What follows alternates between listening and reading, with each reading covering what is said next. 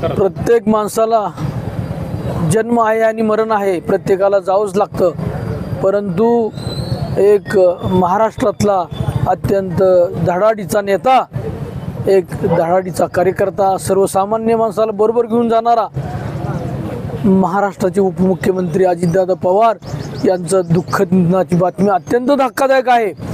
मी या ठिकाणी एवढंच सांगणार आहे की आपलं साखरवाडीसारख्या गावातनं मी एवढंच बोलणार आहे की राज्यातल्या शेतकऱ्यांना, मग दूध उत्पादक असो, साखर निर्माण करणारा ऊस उत्पादक शेतकरी असो, वेगवेगळी धान पिकवणार, सर्व क्षेत्रावर त्यांचं बारीक लक्ष होतं. आणि शेतकरी जगला पाहिजे, शेतकरी टिकला पाहिजे, त्याला न्याय मिळाला पाहिजे, अशा प्रकारची भूमिका सतत ह्या पवार कुटुंबाची होती.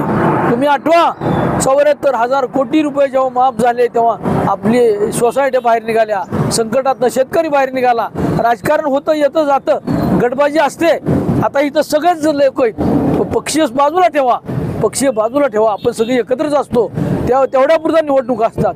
परंतु अत्यंत वाईट घटना घडली. मला मुद्दामून सांगितलं पाहिजे, एक माझ्यासारख्या छोट्या कार्यकर्त्याला राज्याच्या महानगरात जेव्हा काम करण्याची संधी मिळाली तेव्हा असा प्रसंग आला होता की 18 आणि 20 रुपये दुधाला दर मिळत होता. काय करायचं? शासनाचा दर 25 रुपये होता. आम्ही दादावर भांडत होतो, दादा काय करायचं? दादानी मला त्यावेळेस 287 कोटी दिले आणि आम्ही शेतकऱ्याला 25 रुपये दर दिला.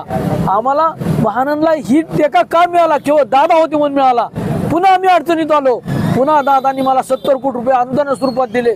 मी एवढ्यासाठी सांगतो की तळमळीनं राज्यातला दूध उत्पादक शेतकरी असो, ऊस उत्पादक असो, या सगळ्यांना जगवण्याचं काम, टिकवण्याचं काम, सामान्य माणसाला न्याय देण्याचं काम ह्या बारामतीच्या पवार कुटुंबाने होत असतं. आणि अत्यंत घटना वाईट घडली. मी स्वामी समर्थांचं दर्शन करत होतो आणि बाहेर पडताना बातमी कळली. अत्यंत दुःख झालं. रडू आवडत नव्हतं, परंतु काय करणार? शेवटी एक जबाबदार माणूस आपल्याला सोडून गेलाय. हा दादा हे व्यक्तीचं नाही तर महाराष्ट्राचं दैवत होतं. महाराष्ट्राचं जसं आपण कुलदैवत म्हणतो त्या पद्धतीने ह्या पवार कुटुंबाने महाराष्ट्रात अतिशय चांगल्या पद्धतीने काम केलं होतं. आणि अत्यंत दुःखद, अत्यंत वाईट घटना घडली.